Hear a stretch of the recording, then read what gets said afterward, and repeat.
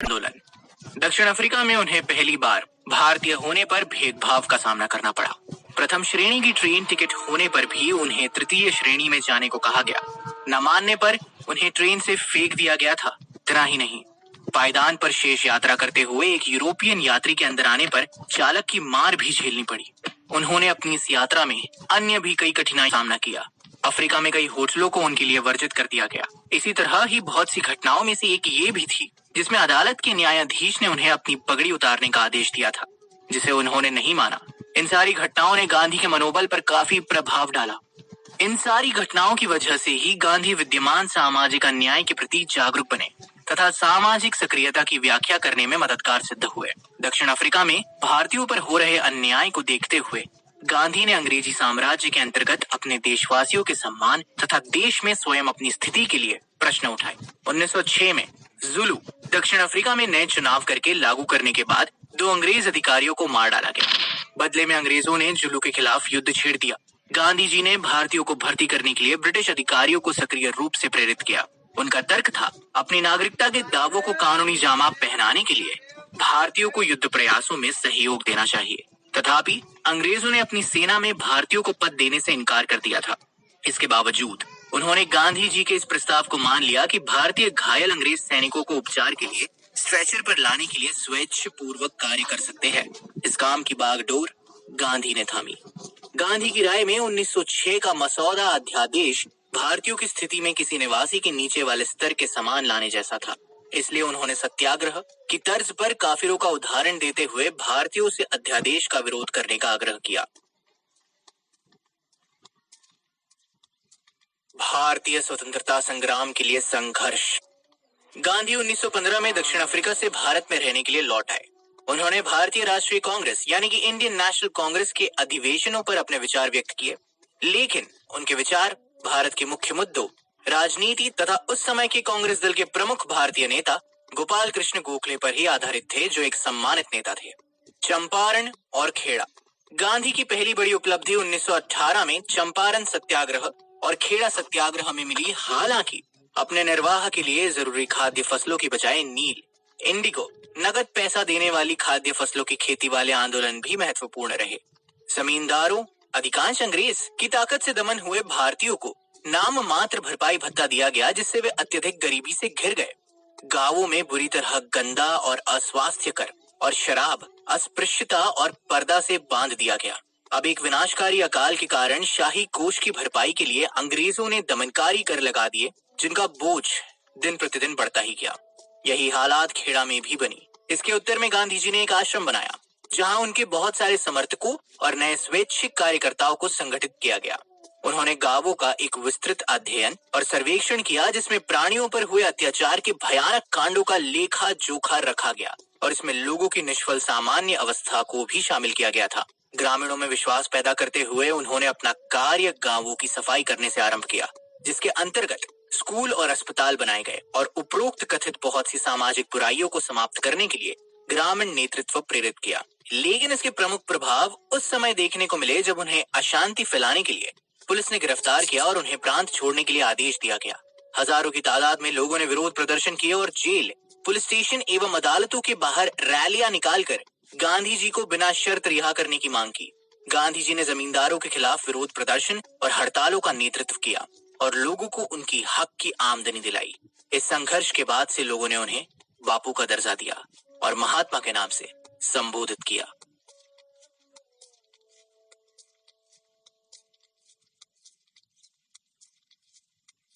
असहयोग आंदोलन, non cooperation movement.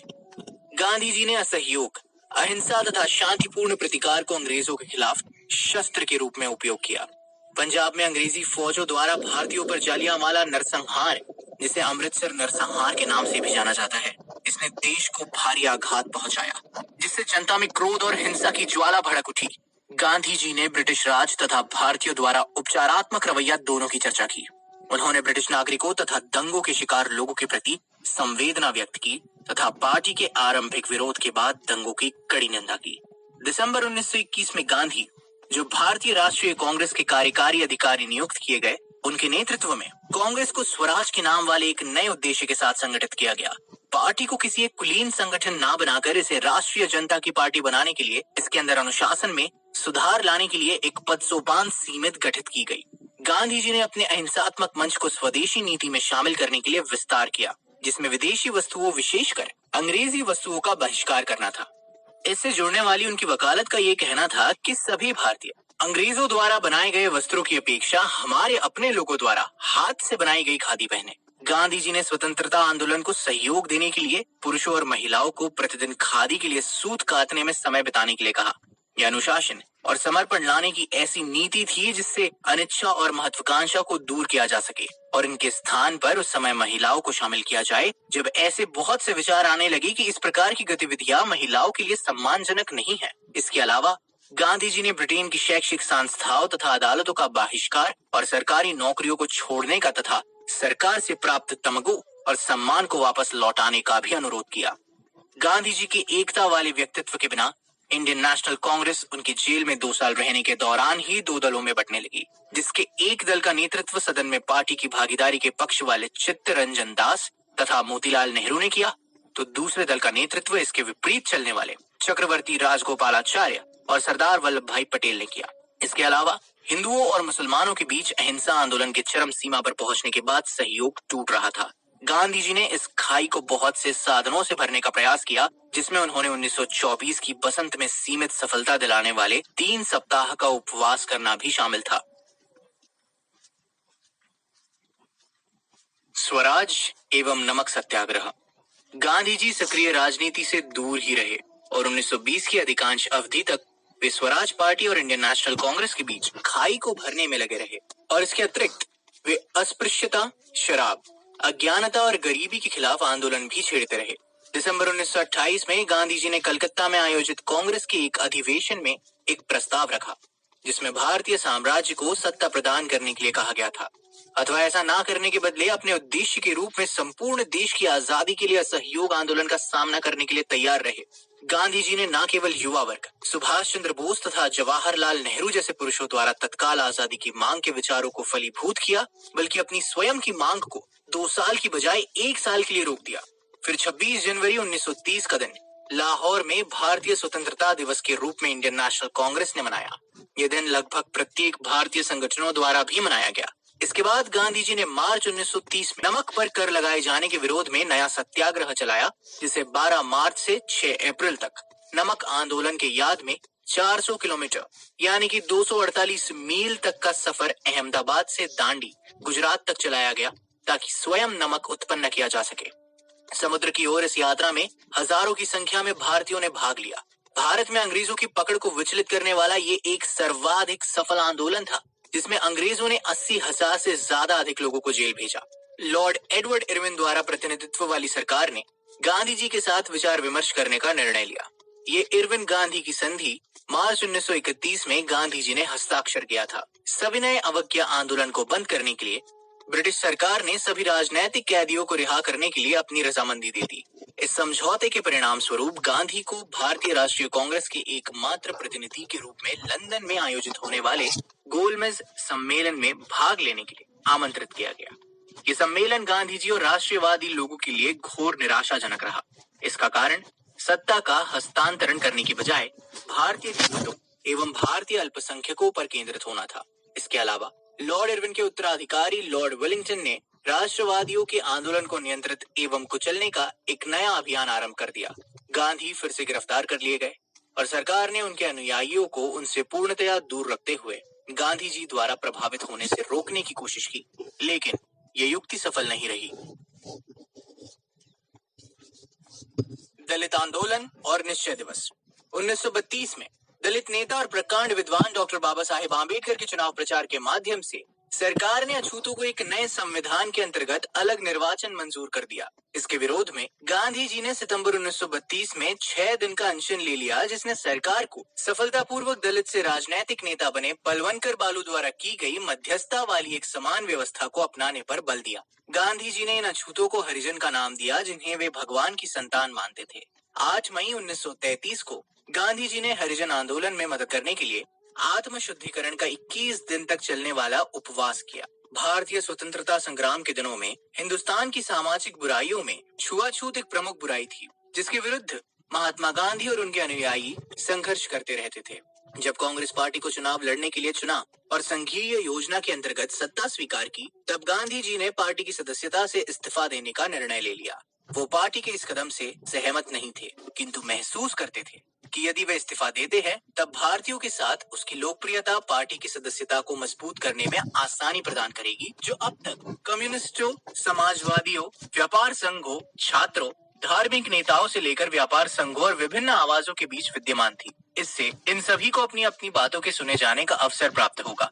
Gandhi ji राज के लिए किसी पार्टी का नेतृत्व करते हुए प्रचार द्वारा कोई ऐसा लक्ष्य सिद्ध नहीं करना चाहते थे जिसे राज के साथ अस्थायी तौर पर राजनीतिक व्यवस्था के रूप में स्वीकार कर लिया जाए। गांधी जी नेहरू प्रेसिडेंसी और कांग्रेस के लाहौर अधिवेशन के साथ ही 1936 में भारत लौट आए। हालांकि गांधी की पूर्ण इच्छा थी कि वे आजादी प्राप्त करने पर अपना संपूर्ण ध्यान केंद्रित करें, न कि भारत के भविष्य के बारे में सोचे। अगर आजादी मिलती है तो वही भविष्य की सबसे बड़ी सफलता कहलाती, यही उनका मानना था। उन्होंने कांग्रेस को समाजवाद को अपने उद्देश्य के रूप में अपनाने से नहीं रोका। 1938 में राष्ट्रपति पद के लिए चुने गए सुभाष बोस के साथ गांधी जी के मतभेद थे। बोस के साथ मतभेदों में गांधी के मुख्य बिंदु बोस की लोकतंत्र में प्रतिबद्धता की कमी तथा अहिंसा में विश्वास की कमी थी। बोस ने गांधी जी की आलोचना के बावजूद भी दूसरी बार जीत हासिल की, किंतु कांग्रेस को उस समय छोड़ दिया जब सभी भारतीय नेताओं ने गांधी जी द्वारा लागू किए गए सभी सिद्धांतों का परित्याग कर दिया गया। द्वितीय विश्व युद्ध, वर्ल्ड वॉर II और भारत छोड़ो अभियान, क्विट इंडिया मूवमेंट। द्वितीय विश्व युद्ध 1939 में शुरू हुई। आरंभ में गांधी जी ने अंग्रेजों के प्रयासों को अहिंसात्मक नैतिक सहयोग देने का पक्ष लिया, किंतु दूसरे कांग्रेस के नेताओं ने युद्ध में जनता के प्रतिनिधियों के परामर्श लिए बिना इसमें एक तरफा शामिल किए जाने का विरोध किया। कांग्रेस के सभी चयनित सदस्यों ने सामूहिक तौर पर अपने पद से इस्तीफा दे दिया। लंबी चर्चा के बाद गांधी ने घोषणा की कि जब स्वयं भारत को आजादी से इनकार किया गया हो, तब लोकतांत्रिक आजादी के लिए बाहर से लड़ने पर भारत किसी भी युद्ध के लिए पार्टी नहीं बनेगी। जैसे जैसे युद्ध बढ़ता गया, गांधी जी ने आजादी के लिए अपनी मांग को अंग्रेजों को भारत छोड़ो आंदोलन नामक विधेयक देकर तीव्र कर दिया। ये गांधी तथा कांग्रेस पार्टी का सर्वाधिक स्पष्ट विद्रोह था, जो भारतीय सीमा से अंग्रेजों को खदेड़ने पर लक्षित था। भारत छोड़ो इस संघर्ष का सर्वाधिक शक्तिशाली आंदोलन बन गया, जिसमें व्यापक हिंसा और गिरफ्तारी हुई। पुलिस की गोलियों से हजारों की संख्या में स्वतंत्रता सेनानी या तो मारे गए या घायल हो गए और हजारों गिरफ्तार कर लिए गए। गांधी और उनके समर्थकों ने स्पष्ट कर दिया कि वो युद्ध के प्रयासों का समर्थन तब तक नहीं करेंगे जब तक भारत को तत्काल आजादी ना दे दी जाए। उन्होंने स्पष्ट किया कि इस बार भी यह आंदोलन बंद नहीं होगा यदि हिंसा के व्यक्तिगत कृत्यों को मूर्त रूप दिया जाता है। उन्होंने कहा कि उनके चारों ओर अराजकता का आदेश असली अराजकता से भी बुरा है। उन्होंने सभी कांग्रेसियों और भारतवासियों को अहिंसा के साथ डू और डाई, करो या मरो के द्वारा अंतिम स्वतंत्रता के लिए अनुशासन बनाए रखने को कहा।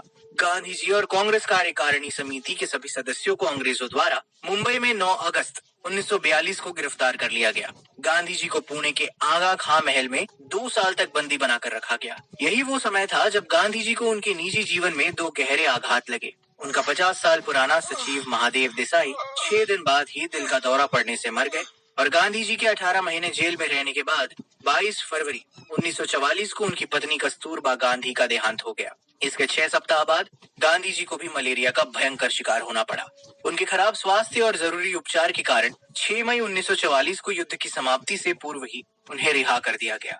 राज उन्हें जेल में दम तोड़ते हुए नहीं देखना चाहते थे, जिससे देश का क्रोध बढ़ जाए। हालांकि भारत छोड़ो आंदोलन को अपने उद्देश्य में आंशिक सफलता ही मिली, लेकिन आंदोलन के निष्ठुर दबाव ने 1943 के अंत तक भारत को संगठित कर दिया। युद्ध के अंत में ब्रिटिश ने स्पष्ट संकेत दे दिया था कि सत्ता का हस्तांतरण कर उसे भारतीयों के हाथ में सौंप दिया जाएगा। इस समय गांधी जी ने आंदोलन को बंद कर दिया, जिससे कांग्रेसी नेताओं सहित लगभग